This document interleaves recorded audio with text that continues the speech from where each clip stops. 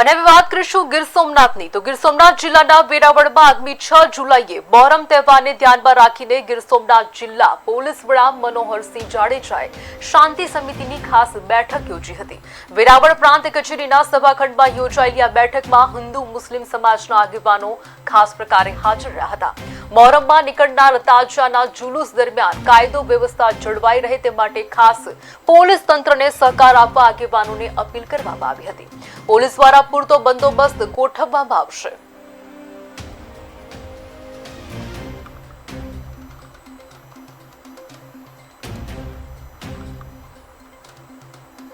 રવિવારે મોહરમ નિમિત્તે વેરાવળમાં જે તાજિયાનું જુલુસ નીકળવાનું છે એ સંદર્ભે આજે વેરાવળ ખાતે શાંતિ સમિતિની મિટિંગ તમામ આગેવાનો અલગ અલગ ધર્મના અલગ અલગ જ્ઞાતિના તમામ પટેલો સાથે મિટિંગ કરવામાં આવેલી। લગભગ 80-90 આગેવાનો હાજર રહ્યા હતા અને એ બાબતે એમનું જે ટાઈમ શેડ્યુલ જે છે એ ટાઈમ શેડ્યુલ પ્રમાણે તાજિયા નીકળી જાય, તાજિયાને એ પ્રમાણે ઠંડા થઈ જાય।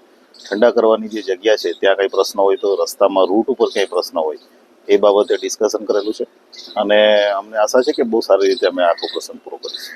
રવિવારે મોહરમ નિમિત્તે વેરાવળમાં જે તાજિયાનું જુલુસ નીકળવાનું